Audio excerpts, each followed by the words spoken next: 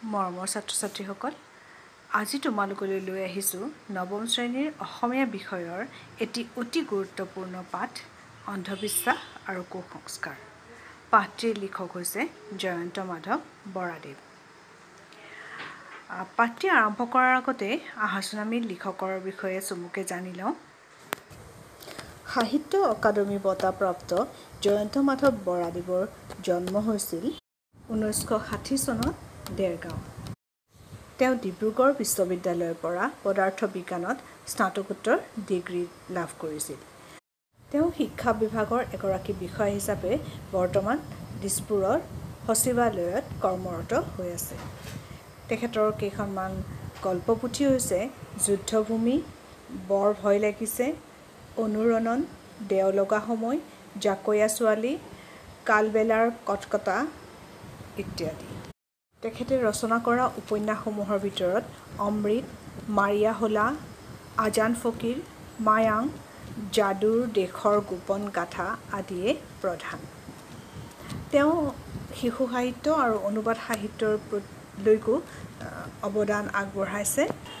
2017 চনত মাৰিয়া হোলা উপন্যাসখনৰ বাবে তেওঁ সাহিত্য অকাডেমি বঁটা লাভ কৰিছিল আৰু সেই একেখন উপন্যাসৰ বাবেই 2014 চনত গোলাঘাট জিলাৰ সাহিত্য সভাই তেওঁলৈ ছৈয়দ আব্দুল মালিক বঁটা প্ৰদান কৰিছিল। জাকৈয়া ছোৱালীৰ গল্প সংকলনৰ বাবে 2013 বৰ্ষত তেওঁ অসম সাহিত্য সভাৰ অম্বিকাগিৰি ৰায়চৌধুৰী বঁটা আৰু অমৃত উপন্যাসৰ বাবে 1987 চনত অসম সাহিত্য সভাৰ গিৰিধৰ শৰ্মা বঁটা লাভ কৰিছিল। এতিয়া আমি মূল পাঠলৈ আহোঁ। অন্ধবিশ্বাস আৰু কুসংস্কাৰ এই পাঠটি বিদ্যালয়ৰ পাঠ্যক্ৰমত অন্তৰ্ভুক্ত কৰাৰ একমাত্ৰ উদ্দেশ্য হৈছে যাতে সৰুৰে পৰাই ছাত্ৰ-ছাত্ৰীসকলে বুজি পায় অন্ধবিশ্বাস আৰু কুসংস্কাৰৰ ভয়াৱহতা। ভাৰতৰ এজন স্বনামধন্য দাৰ্শনিক পণ্ডিত ডক্টৰ সৰ্বপল্লী ৰাধাকৃষ্ণনে কৈছিল, অন্ধবিশ্বাস কুসংস্কাৰ পৃথিৱীৰ আটাইতকৈ গধুৰ বোজা।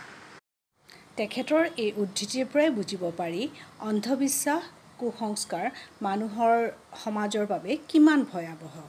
ই এক অভিশাপ, কাৰণ বিজ্ঞান প্ৰযুক্তিৰ ইমান উন্নতিৰ পিছতো আমাৰ সমাজত এতিয়াও এনে বহু লোক আছে যিসকল অন্ধবিশ্বাস আৰু কুসংস্কাৰৰ বশৱৰ্তী হৈ আছে। এই অন্ধবিশ্বাস, কুসংস্কাৰ, উৰা বাতৰি আদি মানুহেই সৃষ্টি কৰে আৰু মানুহেই মানুহৰ শত্ৰু হৈ পৰে। এই অন্ধবিশ্বাসনো কি? যিবোৰ বিশ্বাস বা ধাৰণা যুক্তিৰ ওপৰত প্ৰতিষ্ঠিত নহয়, বিজ্ঞানে যিবোৰ বিশ্বাসক, যিবোৰ ধাৰণাক অসত্য বুলি প্ৰমাণ কৰিছে, সেইবোৰেই হৈছে অন্ধবিশ্বাস। আনহাতে যিবোৰ নীতি নিয়ম, ব্যৱস্থা, পৰম্পৰা এখন সুস্থ সমাজৰ পৰিপন্থী, সমাজৰ অগ্ৰগতিত গতিৰোধক হৈ থিয় দিয়ে, সেইবোৰেই হৈছে কুসংস্কাৰ। সংস্কাৰ হৈছে এক জীৱন পদ্ধতি যিয়ে মানুহক এখন সুস্থ সমাজৰ দিশে আগবঢ়াই লৈ যায় আৰু ন চিন্তাৰে মানুহৰ জীৱন উজ্জীৱিত কৰি তোলে। কিন্তু কুসংস্কাৰে মানুহৰ জীৱন স্থবিৰ কৰি তোলে। আকৌ যিবোৰ বাতৰি সত্যৰ ওপৰত প্ৰতিষ্ঠিত নহয় অথচ অজ্ঞতাৰ কাৰণে বা মানুহক উত্তেজিত কৰি তুলিবৰ বাবে উদ্দেশ্যপ্ৰণোদিতভাৱে প্ৰচাৰ কৰা হয় আৰু কিছুমান বিবেকহীন লোকে যিবোৰ বাতৰিক সত্য বুলি ভাবি বিশ্বাসো কৰে, সেইবোৰকে উৰা বাতৰি বুলি কোৱা হয়। এনে কুসংস্কাৰ আৰু অন্ধবিশ্বাসৰ বহুতো উদাহৰণ আমাৰ সমাজতে পোৱা যায়। এতিয়াও আমাৰ সমাজত এনে বহুত লোক আছে যিসকল লোকে কোনো বেমাৰত আক্ৰান্ত হ'লে ৰোগীক ডাক্তৰৰ ওচৰলৈ নিনি কোনো তন্ত্ৰ মন্ত্ৰ কৰা তান্ত্ৰিক বা বেজৰ ওচৰত লৈ যোৱা আমি দেখিবলৈ পাওঁ। দৰৱ খোৱাৰ পৰিৱৰ্তে মন্ত্ৰপুত পানী খুৱায়। গতিকে তেনেকুৱা ধৰণৰ ৰোগীবোৰ সুস্থ হোৱাতকৈ মৃত্যুমুখত পৰাহে দেখিবলৈ পোৱা যায়। আমাৰ সমাজক ভূতক লৈও বহুতো অন্ধবিশ্বাস দেখিবলৈ পোৱা যায়। গ্ৰামাঞ্চলত আজিও ভূত ওলায় বুলি বহুতে বিশ্বাস কৰে।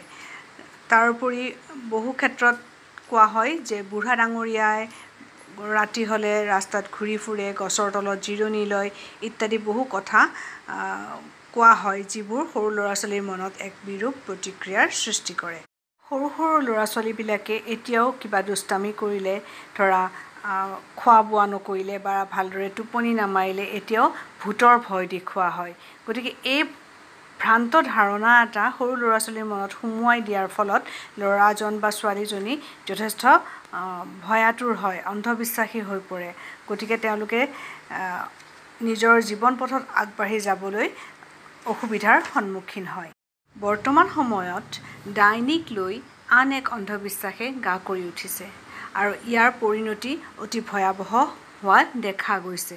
কাৰণ ডাইনীৰ বুলি বিবেচনা কৰা ব্যক্তিগৰাকীক সমাজৰ মানুহে অতি জঘন্যভাৱে মাৰধৰ কৰা বা হত্যা কৰা দেখিবলৈ পোৱা গৈছে।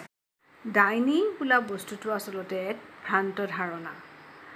আচলতে কি হয়, কোনো এটা অঞ্চলত ধৰি লোৱা কাৰোবাৰ ঘৰত অসুখ হৈছে, তেওঁ দৰৱ খাইছে, ভাল পোৱা নাই। আচলতে তেওঁ হয়তো উপযুক্ত চিকিৎসাই পোৱা নাই, কিন্তু কিছুমান মানুহে প্ৰচাৰ কৰি দিয়ে যে কোনো এগৰাকী মানুহক দেখাৰ কাৰণে বা সেই মানুহগৰাকীৰ কাৰণে এই অসুখ বিসুখবিলাক ভাল হোৱা নাই, ফলত সেই মানুহগৰাকীৰ প্ৰতি এক বিৰূপ ভাৱ মানুহৰ মনত সৃষ্টি কৰি দিয়া হয় আৰু সেই ধাৰণাটো লাহে লাহে ইজনৰ পৰা সিজনলৈ বিয়পি পৰে আৰু এটা সময়ত ডাইনী বুলি চিহ্নিত কৰা ব্যক্তিগৰাকীক নিৰ্যাতন চলোৱা পৰিলক্ষিত হয়। তাৰ বাহিৰেও আকৌ বিভিন্ন সময়ত শুনা যায় যে কাৰোবাৰ গাত আই লম্ভিছে, কাৰোবাৰ গাত শিৱ লম্ভিছে, কাৰোবাৰ গাত ঐশ্বৰিক শক্তি আছে, যিসকল ব্যক্তিয়ে চুই দিলেই বিভিন্ন বেমাৰ আজাৰ ভাল হৈ যায় বা তেওঁৰ হাতৰ দি দিয়া পানী খালে ৰোগী সুস্থ হৈ উঠে ইত্যাদি। এইবোৰ কথা আচলতে কোনো চতুৰ ব্যক্তিৰ টকা ঘটাৰ এক উপায়হে মাথোন। সোপা ধৰাও এক অন্ধবিশ্বাস। কিছুমান উৰা বাতৰি এনেদৰে ওলায় যে বেলেগ ঠাইৰ পৰা কোনো মানুহ আহি, 2জন বা 3জন মানুহ আহি সৰু সৰু ল'ৰা ছোৱালীৰ মুখত সোপা দি পেলাই ধৰি লৈ যায় আৰু তেনেধৰণৰ কথাবিলাক কোনো সত্যাসত্য বিচাৰ নকৰি কিছুমান মানুহে অচিনাকি কোনো মানুহ দেখিলেই সোপা ধৰা বুলি তেওঁৰ ওপৰত নিৰ্যাতন চলায়। তোমালোকে হয়তো শুনিছিলাই যে আজি প্ৰায় 2 বছৰমান আগতে কাৰ্বি আংলঙত তেনেকৈ আমাৰ 2জন অসমীয়া যুৱকক হত্যা কৰা হৈছিল। নীলোৎপল আৰু অভিজিত বুলি 2জন ল'ৰা, যি প্ৰাকৃতিক সৌন্দৰ্য উপভোগ কৰিবলৈ কাৰ্বি আংলঙলৈ গৈছিল, তাত তেওঁলোকক সোপা ধৰা বুলি উৰা বাতৰি ওলাই দি বহু মানুহে আগুৰি ধৰি মাৰি মাৰি তেওঁলোকক মৃত্যুমুখত পেলাইছিল। গতিকে এনেধৰণৰ অন্ধবিশ্বাস, কুসংস্কাৰ, উৰা বাতৰিবোৰ মানৱ সভ্যতাৰ কাৰণে একোটা ভয়ংকৰ অভিশাপহে। কিন্তু কি কাৰণে ইমান সভ্য সমাজতো মানুহ অন্ধবিশ্বাসী হয়? আচলতে ইয়াৰ প্ৰধান কাৰণ হৈছে নিৰক্ষৰতা। আমাৰ সম্প্ৰতি অসমত সাক্ষৰ লোকৰ হাৰ 73.18%। কিন্তু ইমানখিনি সাক্ষৰ লোক থকাৰ পিছতো এনেধৰণৰ অন্ধবিশ্বাস, কুসংস্কাৰে গা কৰি উঠাৰ একমাত্ৰ কাৰণ হ'ল যে আনুষ্ঠানিক শিক্ষা থাকিলেও তেওঁলোক আচলতে প্ৰকৃত জ্ঞানী হ'ব পৰা নাই। আজিৰ পৰা বহু বছৰ আগেয়ে আনুষ্ঠানিক শিক্ষাৰে শিক্ষিত নোহোৱা আমাৰ সমাজৰ বহু লোকৰ চিন্তাধাৰা ইমানেই আধুনিক বিজ্ঞানসন্মত আছিল যে সেই চিন্তা আজিও প্ৰাসংগিক আৰু মানৱ সমাজৰ বাবে হিতকৰ বুলি প্ৰমাণিত হৈছে। কিন্তু বৰ্তমান যুগৰ উন্মুক্ত ভোগবাদে শিক্ষাক জ্ঞান আহৰণৰ আহিলাৰ পৰিৱৰ্তে এটা চাকৰি লাভ কৰাৰ অনিবাৰ্য পথ হিচাপেহে পৰিণত কৰাইছে। সস্তীয়া আনন্দ আৰু ভোগবিলাসে মানুহক কৃচ্ছ সাধনাৰ পৰা বহু আঁতৰলৈ লৈ গৈছে। মানুহ অন্ধবিশ্বাসী হোৱাৰ দ্বিতীয়টো কাৰণ হৈছে দৃষ্টিভংগী। আচলতে আমি প্ৰতিটো কথাই ইতিবাচক দৃষ্টিভংগীৰে চাব লাগে, কিন্তু বহু ক্ষেত্ৰত দেখা যায় যে মানুহে নেতিবাচক দৃষ্টিভংগীৰেহে সকলোবোৰ ঘটনা যিবোৰ তেওঁলোকৰ সন্মুখত ঘটি আছে সেইবোৰ তেওঁলোকে নেতিবাচক দৃষ্টিভংগীৰেহে চাবলৈ লয়। যদি সকলোৱে কথাবোৰ ইতিবাচক দৃষ্টিভংগীৰে চাবলৈ আৰম্ভ কৰে তেতিয়াহ'লে তাৰ ফলাফলো ইতিবাচক হ'ব কিন্তু নেতিবাচক দৃষ্টিভংগীৰে চোৱাৰ বাবে ইয়াৰ ফলাফল নেতিবাচক হয় তৃতীয়টো কাৰণ হৈছে যিবিলাক মানুহক ভাল কাম কৰিবলৈ দায়িত্ব দিয়া হৈছে কিছুমান ক্ষেত্ৰত দেখা যায় যে সেই দায়িত্বশীল মানুহবোৰেও কেতিয়াবা সমাজত নেতিবাচক কাম কৰে অৰ্থাৎ নিজৰ স্বাৰ্থ সিদ্ধিৰ বাবে মানুহৰ পৰিপন্থী কিছুমান কাম কৰিবলৈ লয় আৰু ই সমাজৰ ক্ষতি সাধন কৰে চতুৰ্থটো কাৰণ হৈছে পিছ পৰি থকা যোগাযোগ ব্যৱস্থা যেতিয়া মানুহে এজনে আনজনৰ সংস্পৰ্শলৈ আহে তেতিয়া মানুহৰ মনৰ নতুন দিগন্ত প্ৰসাৰিত হয় নজনা কথা জানিবলৈ পাৰে নেদেখা বস্তু দেখিব পাৰে গতিকে মানুহৰ লগত যেতিয়া সংস্পৰ্শত আহিব তেতিয়া মানুহৰ মন মগজু মুকলি হয় কিন্তু যাতায়াত পৰিবহণ বা যোগাযোগ ব্যৱস্থাৰ অনুন্নতিৰ ফলত বহু লোক এতিয়াও এক ঠেক গণ্ডিৰ মাজত সোমাই থাকিব লগা হৈছে যাৰ ফলত তেওঁলোকৰ মাজত অন্ধবিশ্বাস আৰু কুসংস্কাৰে গা কৰি উঠে পঞ্চমটো কাৰণ হৈছে যে কিছু লোকে নিজৰ স্বাৰ্থ পূৰণৰ বাবেও কেতিয়াবা সমাজত অন্ধবিশ্বাস বিয়পাই দিয়ে উৰা বাতৰি প্ৰচাৰ কৰে আৰু তেওঁলোকে ইমান চতুৰালিৰে উৰা বাতৰিবোৰ প্ৰচাৰ কৰে যে সেইবোৰ কিছুমান শিক্ষিত মানুহেও সত্য ঘটনা বুলি মানি ল'বলৈ বাধ্য হয় ষষ্ঠ কাৰণটো হৈছে যে কিছুমান মানুহ আছে যিবোৰে কোনো কষ্ট নকৰাকৈ সফলতা লাভ কৰিব বিচাৰে ধন সম্পত্তি ঘটিবলৈ বিচাৰে গতিকে তেনে লোকসকলে সকলো সহজতে পাবৰ বাবেও অন্ধবিশ্বাসী হ'ল সপ্তম কাৰণটো হৈছে মানুহৰ মনোবৃত্তি আচলতে অন্ধবিশ্বাস আৰু কুসংস্কাৰৰ গৰাহত নপৰিবৰ বাবে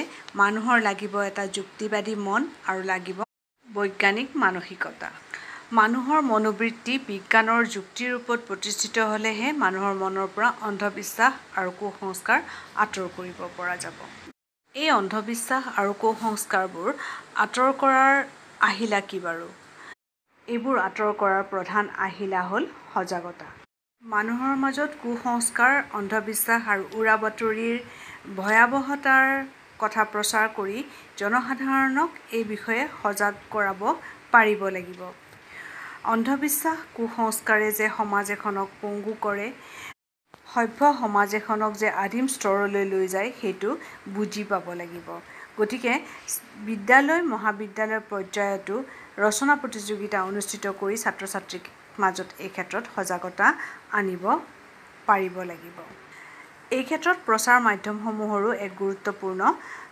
দায়িত্ব থাকিব লাগে তেওঁলোকে বিভিন্ন ধৰণৰ তথ্যচিত্ৰ প্ৰচাৰ কৰিব পাৰে বা অন্যান্য সজাগতামূলক অনুষ্ঠান প্ৰচাৰ কৰিব পাৰে দেখা গৈছে যে ডাইনী বুলি উৰা বাতৰিৰ প্ৰচাৰৰ ফলস্বৰূপে যি বৰ্বৰ ঘটনা সংঘটিত হয় সেই অমানৱীয় ঘটনাত শতকৰা 90% অধিক মহিলা আক্ৰান্ত হয় এইখিনিতে মই তোমালোকক ক'বলৈ ভাল পাম যে আমাৰ অসমৰ বিৰুবালা ৰাভা নামৰ এগৰাকী মহিলাই এই ডাইনী হত্যাৰ বিৰুদ্ধে এক জাগৰণ আনিবলৈ সক্ষম হৈছে আৰু এই ক্ষেত্ৰত লোৱা তেখেতৰ পদক্ষেপ বা ভূমিকাৰ বাবে ভাৰত চৰকাৰে তেওঁক পদ্মশ্ৰী উপাধিৰেও বিভূষিত কৰিছে শেষত ইয়াকেই ক'ব পাৰি যে অন্যান্য সামাজিক ৰাজনৈতিক অৰ্থনৈতিক সমস্যাবিলাক সমাধান কৰাৰ লগতে জনসাধাৰণৰ মাজত সামাজিক মনস্তাত্ত্বিক জাগৰণৰো সৃষ্টি কৰা উচিত যাতে এই কুসংস্কাৰ আৰু অন্ধবিশ্বাসবিলাকৰ পৰা মুক্ত হ'ব পাৰি ছাত্ৰ ছাত্ৰীসকল তোমালোকে নিশ্চয় পাঠটিৰ গুৰুত্ব উপলব্ধি কৰিব পাৰিছা নহয় জানো ঠিক আছে তেন্তে আজিলৈ ইমানতে সামৰিছোঁ